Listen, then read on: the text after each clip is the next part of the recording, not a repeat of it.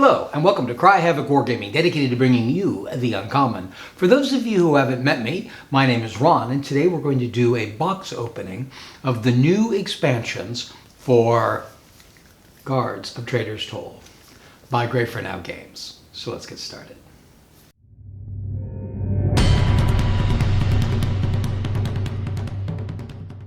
Lately I've done a number of videos, which links I will show here, that were on Guards of Traitor Toll by Traitor Toll Games.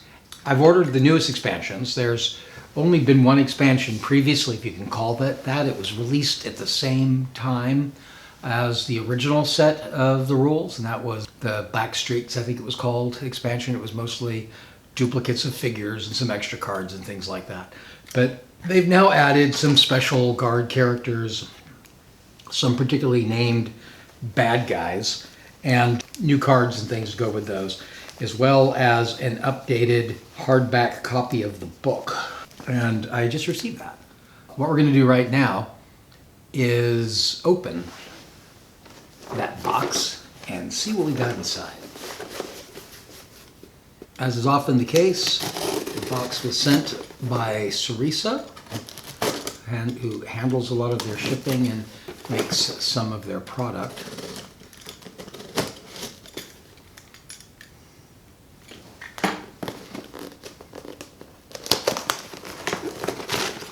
Alright, packing list.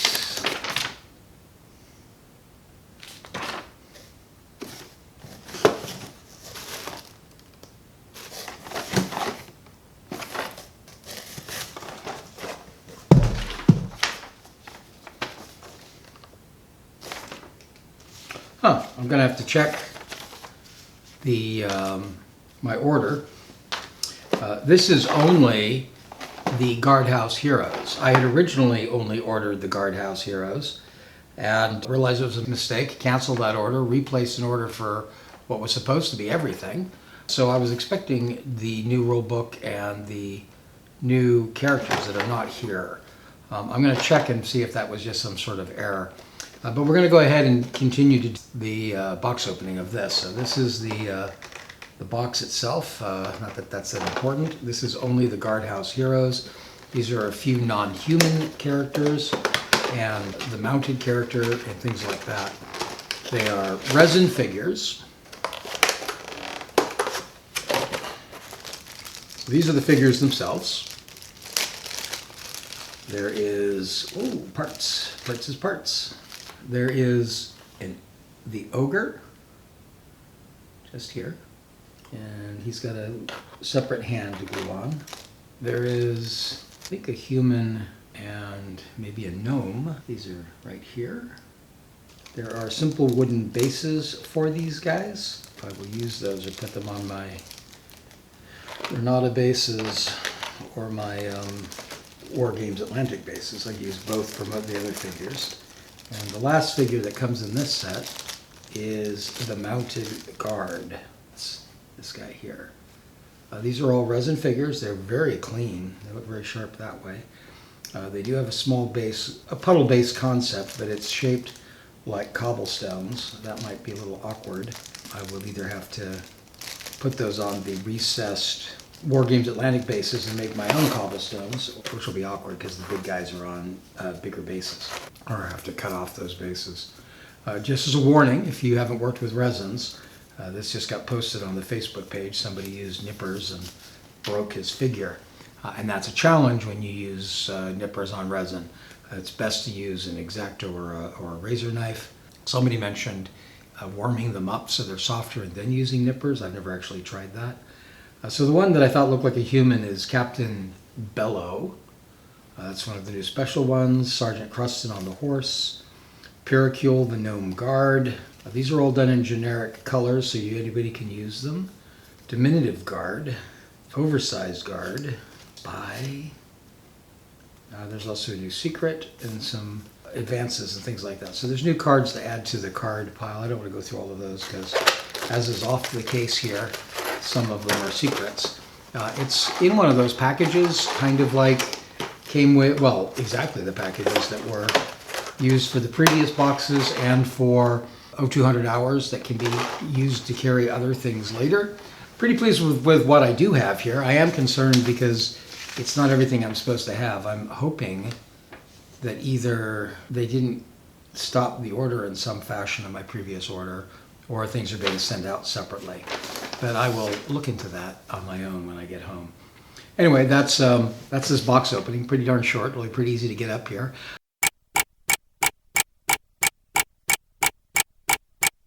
So, there's just an example that sometimes things don't go as intended here. My first box from Sarisa was incomplete because of an issue at the shipping between me changing my order originally. I only ordered part of the package. I didn't realize there was a full bundle of 4 different items, and I'd only ordered 1. I canceled that, replaced it with an order of the 4. The first order, while the money was returned to me, the actual processing didn't get stopped. So that was actually the first order. But that was filmed like a week and a half, 2 weeks ago. And now I've got the actual box. So we're going to go and do this over again. I'm going to go ahead and keep the part I kept for the original things. According to the shipping list, I should have a Guards for Traitor Toll's Guardhouse Heroes. That's what we did in the first part of the video that I just showed you. There should be Guards of Traitor Toll Sinister Citizens, Guards of Traitor Toll Hardback Rulebook, and the Guards of Traitor Toll's New Recruit. Now you may have noticed, because of the error of last time, I've already opened the bigger box, but I haven't opened any of the little boxes. And I'm not sure if the new recruits are in there, but I think they may have been stuck in a smaller box. So we'll find that out together. So, the first one is the Guardhouse Heroes. I'm not going to talk a whole lot about this because this is the one. This is the one that we've already seen. And I will talk about this. The additional figures are in here. I thought they might be. There should be cards to go with them, I would imagine, as well. But I'll go ahead and show these real quickly because I did not talk about them last time because I did not have them last time. These are all resin again. This is a hobbit, it looks like, armed with a mace and a shield. This is probably a dwarf, I'm thinking, from his beard. He's not much bigger than the other one. Armed with a spear. And, of course, the guy with the dog. Dogs, having animals were part of the original rules, but there weren't dogs available until now. I imagine that there are cards added for them. So let's take a look at that real quick. The package comes with cards for the hero characters. That's Captain Bello, unique sword shield. He has 2 actions. Does not give orders, however. Once per turn after making an action, not a reaction, he may make a heart command test. If passed, a guard within 6 inches immediately makes the same action as a free example. Sergeant Cruston. Sergeant Cruston is the mounted figure. He comes on a horse. He also has shackles. He gains 1 dice on both seize and subdue rolls if moved at least 6 inches to reach the suspect. Pyrocule is the gnome guard. That's the little guy. Came with the hero set. He is attached to Lug. Lug is the ogre guard. Ignores wounds. He's unique. Has a warhammer, large figure. All of these are unique. That's actually a problem I have with them. How do I paint them? I think the idea would be if I was only playing or building one side, I could paint them to match my side. But I have all 4 of the original factions in the book. Diminutive guard. That's the one that I was calling a hobbit, just a small figure diminutive guard. I think I do have those cards already, actually. Oversized guard, because I know I have the oversized guard. Then there's some additional cards for advances. That's the campaign system for upgrading skills. There's some new plot cards and secret cards and things like that. So that is Guardhouse Heroes. That's the box I already had. It's also the new recruits, which I was missing. All right, this will be new. This is something I have not seen yet. This is the Traitor Toll Sinister Citizens. Like so many things from Grey, I can already feel it. Like so many things from Grey For Now Games, it's in the same plastic container case that could be reused for organizing these or other things. I have no idea who everybody is in here, what the names of these guys are, because like I say, I've just opened it. Ooh, well that's interesting. Right off the bat, I saw him on the box, but I thought he was just art. This guy looks like he's a specter or something. He's a sinister looking skeleton carrying a banner. It's a really cool, I don't know if you can see all the details on that, but that is a really neat figure. It's gonna look really cool when it's painted up and kind of creepy. There's a little child, probably there's a number of scenarios already or plots already that involve children. Looks like a little lost child. Kind of Victorian looking. They've gone with a very Terry Pratchett sort of feel, a Discworld sort of feel, where it's a mixture of your standard fantasy, medieval look and Victorianish look all combined in an odd fashion. Here is a baker. This guy's kind of cool looking. He's carrying, I don't know if it's jewelry or a morning star or something, and a sword. And he looks kind of nobly, which is something I don't have enough of. Okay, this guy was in the book. Got a lot of attention in the book. It's a guy carrying a bunch of books. He's got some scrolls and stuff in a bag on the back as well. I'm glad this is cast onto a base. When I saw this figure, I thought it was going to be really hard to mount.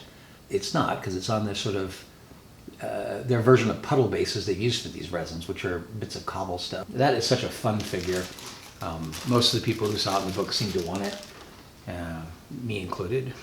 And here is a very sneaky looking thief or rogue figure, clearly in the act of committing mischief. I will do the same thing I did last time when I was reading the cards, which is some of these cards I need to keep secret from myself. That's sort of how the secret cards work. They want you to learn as you go through the game, and so I don't want to ruin my own surprise. Oh, there's a little instruction card. Sinister citizens, each of the unique suspects in this set has a major plot that features them, with new secrets to discover. Remember to shuffle the major plot with the top 2 plot cards of the deck, page 94. The figure involved should be left off the board at the start of the game. And a couple of specific rules for Polly the Pie Maker, who is a traitor. She doesn't have a major plot, that's why. One of her 3 plot cards can be included in the plot deck at any mission. Her figure can always be used as a civilian. Some plots involved accompanying other figures, guiding or dragging them along. A guard can start accompanying, so there's some changes in roles on that. 2 major plots, Haunting Memory, Clumsy Apprentice, Trapped Child, Hunter in the Shadows, Pain in the Neck. Oh, that's probably a vampire is what that is. Very cool. Then there's the cards for the plot for Polly the Pie Maker. There's a couple of basic plots to add to what you have, including wasps. There's 18 new secret cards, and from what we read on the back, it seems to wrap around the secrets of those sinister citizens. I really enjoy this game, and I think things like this and expansions like this are going to help build to the depth and add to it. And they're sort of telling a story, at least that's what they've hinted at the original rulebook. So that's exciting and looks fun too. All right. Now, this is the new hardback rulebook. I don't really care that much if my books are hardback or softbook, and I don't tend to buy game books as collectible items. Well, sometimes I do. So I didn't buy it just because it was a new hardback version, but they had pushed that it was updated and that the errata was included and things like that. And I do like this game enough that I wanted the most update version of the rules. It is very nicely bound. The front is sort of textured. At least the title, yeah, the Guards of the Traitor Toll is. Nice book. Looks pretty similar. The colors, though, the colors are very, very bright and vivid. Let's grab the full book. Oh, I guess it's a little bit different. You can see if you can make that out there, the difference in the art and how it glossy and shiny it is. It does look very much alike the little paperback book that originally came with it. Index, QRS stuff in the back. There's a whole section on the designs of the buildings. That looks like it's probably just for interest level, I think. There's a lot of art in the back showing the design of the game, the makeup of the stuff. Looks like the story got moved. I don't think it was in the end originally. There's a few stories in here now. So they've got more background, I guess, information or fluff by including these stories. Look at that picture. This is the kind of thing that drew me to that game. I mean, having a dense urban-looking city filled with busy little people going about their business. What a fun concept this game is. The rule book is very, very nice quality. It's nice. I'm not unhappy to have got it. That's the new expansion, the second wave, I think they're calling it, of Guards of Traitor Toll. If I'm worried about anything with this game, it'll be that they may do... I have 200 hours, and in the beginning it was getting crazy. They kept coming up with new ways, and I kept wanting them, and it was, costing a lot of money. And for a game that I'm not sure will get played as much as this game will. This game has the advantage that it's perfectly fun to play as a solo game. I have done some of that. My club likes it. The 200 hours, I liked the game, but it had some issues in the mechanics and the overly automated part of it and how that all handled and was done. So this game has been more popular with my group.